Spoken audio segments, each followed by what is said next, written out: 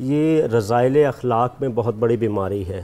اس کا جو literary meaning ہم جو ڈکشنریز میں دیکھتے ہیں، تنگی قلب محسوس کرنا، اور کسی صاحب نعمت کے حوالے سے یہ خواہش کرنا کہ یہ تمنا کرنا کہ اس کی نعمت جو ہے نا وہ زوال کی طرف چلی جائے۔ اچھا، قرآن کریم نے سورۃ النساء میں جمیل صاحب یہ واضح کیا ہے کہ کیا تم لوگوں سے اس لیے حسد کرتے ہو کہ اللہ نے ان کو اپنے فضل سے عطا کیا ہے۔ ایک حاسد انسان نہ صرف اخلاقی اور سماجی اعتبار سے بگاڑ پیدا کرتا ہے بلکہ وہ اپنی فکری تنزلی کا بھی اظہار کر رہا ہوتا ہے۔ آپ دیکھیں کہ اللہ نے اس کو عطا کیا ہے، بندے کا اگر کوئی خوبی ہے، کمال ہے، نعمت ہے، جو بھی وصف اس کو ملا ہے وہ اللہ کی طرف سے، تو ایک ایمان رکھنے والا شخص کسی سے حسد نہیں کرتا۔ اس لیے نبی کریم علیہ السلام نے فرمایا مومن رشک کرتا ہے، منافق حسد کرتا ہے۔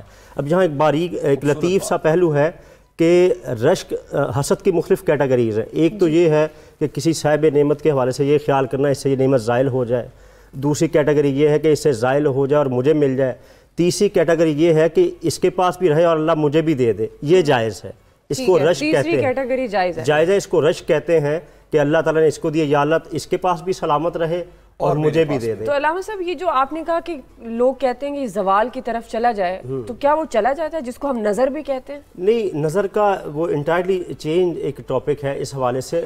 حسد سے نظر حسد سے بالکل لگتی ہے، لیکن حسد کا جو الٹیمیٹلی رزلٹ ہے نا وہ بغض اور کینہ ہے۔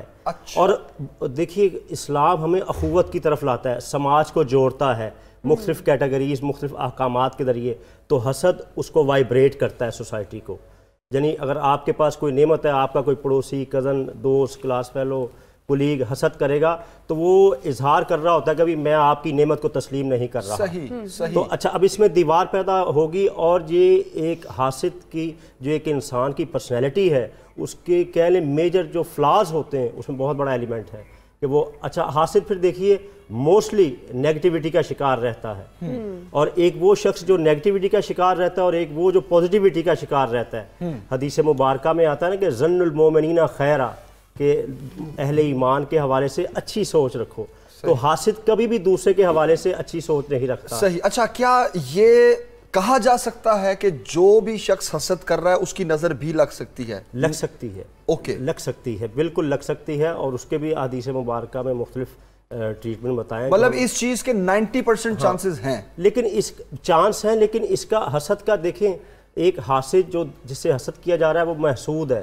جس سے حسد کر رہا ہے وہ اس کے حوالے سے خیر کی سوچ نہیں رکھتا۔ یہ سب سے بڑی ڈینجرس چیز ہے۔ تو علامہ صاحب جو حسد کر رہا ہے، جس کے ساتھ ہو رہا ہے، میرا پوائنٹ یہ ہے کہ کیا وہ اس کو نقصان پہنچا رہا ہے یا خود کو نقصان پہنچا رہا ہے؟ وہ بنیادی طور پر تو اپنے آپ کو نقصان پہنچا رہا ہے، کیونکہ جس کو نعمت ملی ہے دینے والا بھی اللہ ہے، لینے والا بھی اللہ ہے، لیکن وہ اس کا منفی رویہ کہہ لیں کہ احکامات الہیہ میں ایک انٹرفیئر کرنے کے مترادف ہوگا کہ وہ اللہ کی عطا پر راضی نہیں ہو رہا۔ وائے اس لیے نبی کریم صلی اللہ علیہ وسلم نے جو آپ دیکھیں نا اسوہ حسنہ میں بتاتا ہے مختلف حوالوں سے، جو آپ نے سماج کی ڈیولپمنٹ کے لیے، تشکیل معاشرت اور انسانی کریکٹر بلڈنگ کے لیے جو سٹیپ اٹھائے، اس میں یہ بنیادی طور پر بات ہے کہ ہم کسی کو نعمت میں دیکھیں تو کیا کہیں؟ ماشاءاللہ، سبحان اللہ، وش کریں، مبارک دیں۔ مبارک کا مطلب کیا ہوتا ہے؟ برکت، اللہ تجھے اس میں بڑھوتری دے، اس کی ڈیولپمنٹ مزید ہو، بڑے، یہ تصورات دیے ہیں۔ اور یہ جو جلنا، کوڑنا، ملنا، بات دیکھیں ہم اسی وجہ سے اپنے سماج میں دیکھتے نا کہ ہم لوگ اگر ہمارے پاس کوئی کمال ہے، ہماری خواہش ہوتی کہ ہمارا تسلط، اجارہ داری قائم رہے، کسی اور کے پاس یہ کمال نہ ہے، اگر آ جاتا ہے تو لوگ حسد شروع کر دیتے ہیں کہ میری اجارہ داری ختم ہو رہی ہے۔ صحیح۔